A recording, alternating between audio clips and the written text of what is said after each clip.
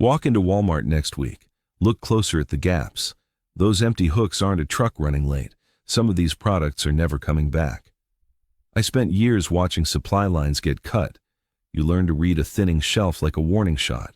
Right now, that shelf is screaming at you. One item on this list dies after 80 years. Most shoppers won't notice until it's already gone. I'll walk you through all 9. You'll know exactly why each one's vanishing, and you'll know what to grab while it still costs pennies. Civilians wait around for the restock. You're going to clear the shelf first. Start with the one nobody sees coming. Frozen orange juice concentrate, that little cardboard cylinder in the freezer aisle. It's being discontinued after roughly 80 years on American shelves. 80 years. That product fed your grandparents. It fed your parents. Now a boardroom's ending it for good. And the reason is money, not demand. Aluminum costs are climbing. Tariffs on imported tins pile on top of that.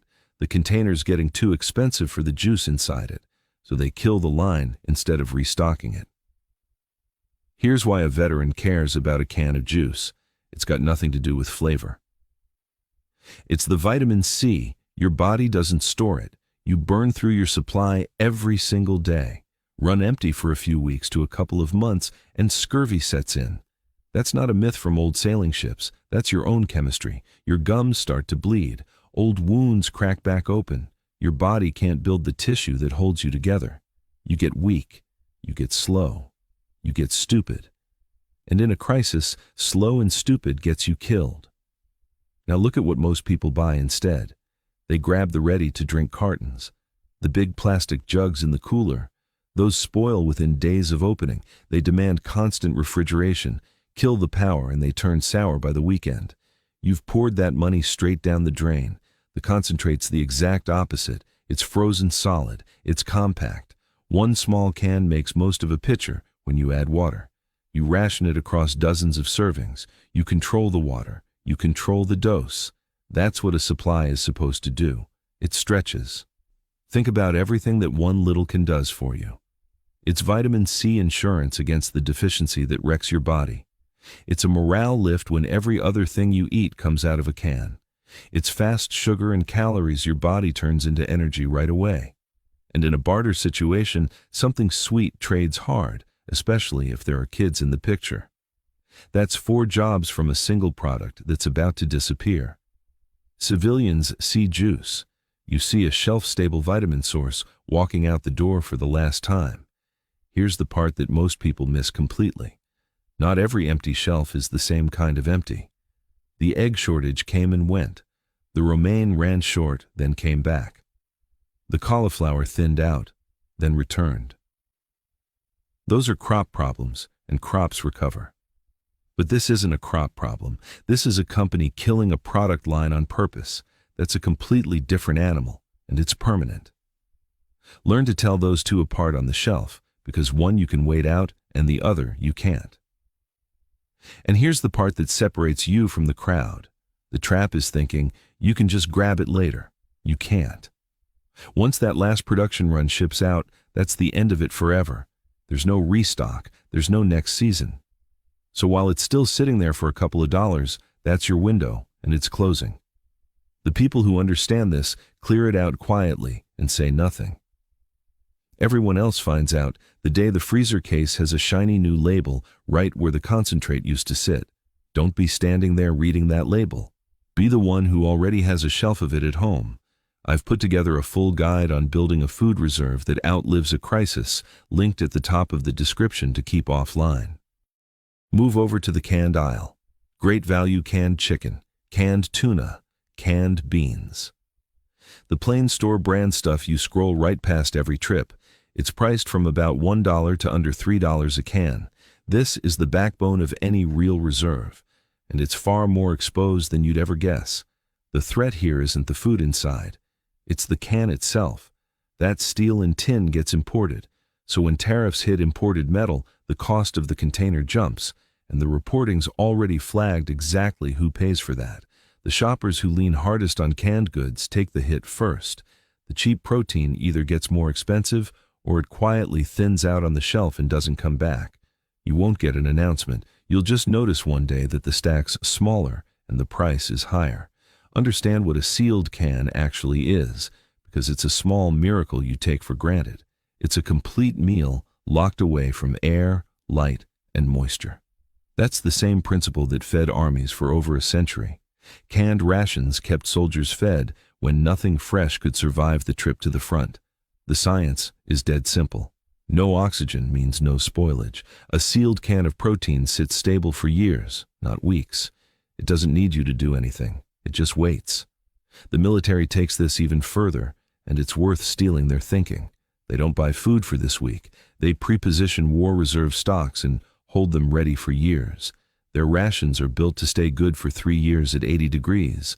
Their field meals are validated for 3.5 years and safe far longer in cool storage. Why? Because they plan for the resupply line to get cut. That's the mindset you want.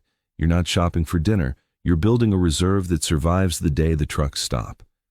Now watch the mistakes civilians make with their protein. They stockpile the freezer. Chicken breasts, ground beef, packs and packs of it. They open that freezer door and they feel prepared. Then the grid drops. And here's what most people never think about. Within a day or two, that freezer's just a warm box full of rotting meat. It's gone. It stinks. And now, it's a health hazard sitting in your kitchen. Your canned chicken doesn't care about the power at all. It sits at room temperature on a shelf and waits for you to need it. That's the whole difference. One plan survives the blackout. The other plan dies with it. Now stack up the functions on this one cheap item. That can feed you complete protein, the stuff your body can't run without. It carries water inside it, so it hydrates you a little while it feeds you. It needs zero cooking to be safe, so you can eat it cold, straight from the can if you have to. And it trades. A visible can of protein is universal currency when the trucks stop rolling. One cheap item, 4 real uses. Try getting that out of a $50 freeze-dried bucket. Here's the efficiency number most people never run. Weigh cost against shelf life. A single pack of fresh chicken might cost you the same as 3 cans. That fresh pack dies in a week without power. Those 3 cans feed you across 3 years. Let that sink in. That's not a small edge. That's the difference between food that survives your emergency and food that becomes your emergency. So here's your move. Every normal grocery run, you grab a few extra cans, you rotate them, oldest to the front. You just build quietly while the metal's still cheap and the shelf's still full. Next item lives in the pharmacy aisle. Basic pain and fever reducers, acetaminophen, ibuprofen, the generic bottles that cost you a few dollars. You think of these as boring background items. In a real crisis, they're anything but boring. Here's the hard fact straight out of 2020. Painkillers were one of the very first things to vanish. They went before the toilet paper panic even got started. Cleaning wipes, then masks, then bottled water, then the painkillers. Gone in the opening days, not because anyone planned it. Because the second people got scared, their hands went straight for them on pure instinct. That's the pattern you have to understand. Fear empties the cheap essentials first. Think hard about why fever control matters so much. A high fever wrecks your judgment. You get foggy. You get slow. You start making bad calls right when every call counts. Now picture that in a survival situation. You're trying to secure water, protect your family, make sharp decisions. And you're doing it with a temperature of 103 if you don't have anything to bring it down. Knock that fever down and you stay functional. Kill the pain from an injury and you keep moving. The person who can think clearly outlasts the person doubled over on the floor. That's the entire game, and a $3 bottle decides it. Look at the assumption civilians live by. Most people believe the pharmacy always restocks. It's always been there, so it always will be. But the supply's a lot thinner than the full shelf makes it look. The government's own shortage list has run past 100 medications at a single time. When demand spikes, the cheap common stuff clears out first and fastest. And here's the kicker. You can't manufacture ibuprofen in your kitchen. You can't grow it in the backyard.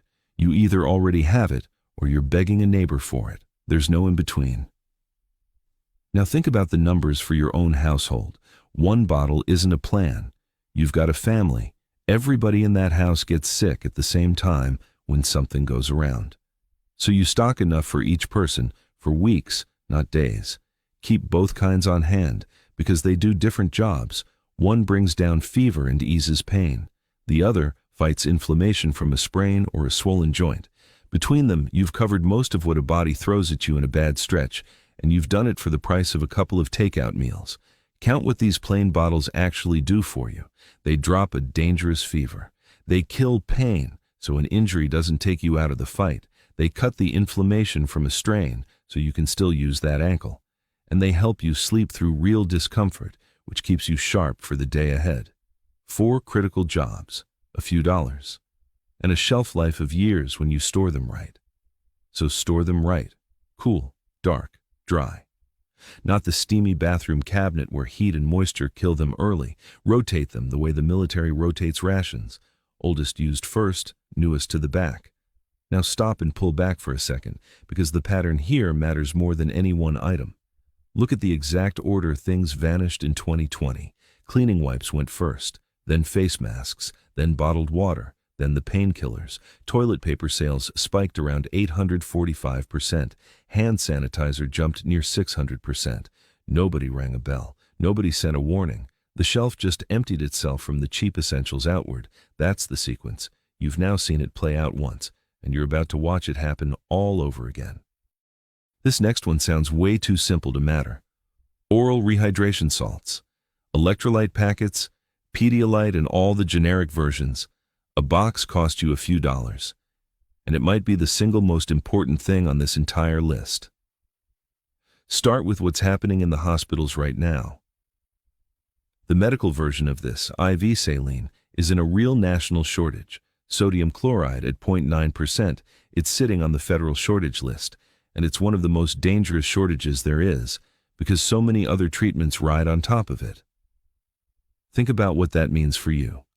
If the hospitals themselves are short of it, you are absolutely not getting a bag of it at home. That door's closed before the crisis even starts. So you go around it. Oral rehydration therapy is the field workaround, and it's been saving lives for decades. It's a precise ratio of salt and sugar mixed into clean water, and it works because of the way your own body's built. Sodium and glucose pull water across your gut wall together. One drags the other in. That's real physiology. Plain water on its own can't do that trick nearly as well. This is exactly what field medicine reaches for when an IV line isn't an option and a person's going down fast. Now understand the threat this fights, because people underrate it badly.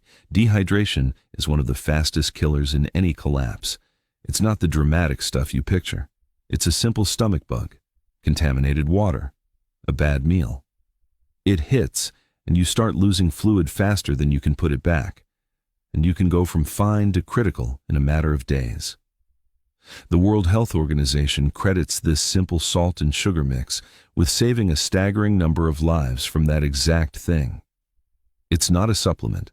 It's a lifesaver in a paper packet. Here's the civilian instinct, and it's dead wrong. Someone gets sick, and they sip plain water. Just water. And while they're doing it, they're actually flushing their remaining electrolytes out even faster. They're trying to help themselves, and they're speeding up the crash. The trained move is completely different. You replace the salts and the sugar together, not just the water. Get that ratio into clean water, and you pull the fluid back into the body where it belongs. That's the difference between a person who recovers by morning and a person who ends up on the floor. And here's a field trick worth knowing, in case the packets ever run dry. The core of it is just salt, sugar, and clean water in the right balance. You keep a stash of packets because they've got the ratio dialed in and the extra minerals your body wants. But once you understand the principle, you're never fully helpless. That same knowledge treats a heat casualty who's sweated everything out in the sun. It rebuilds the guy who's worked hard all day. It's not just a sick day fix, it's core field medicine, and it fits in your shirt pocket. Add up everything a box of these does for you. It treats dehydration from illness, the most common one. It brings back a heat casualty. It rebuilds you after hard physical labor. and it helps you recover after any injury that's cost you a lot of fluid.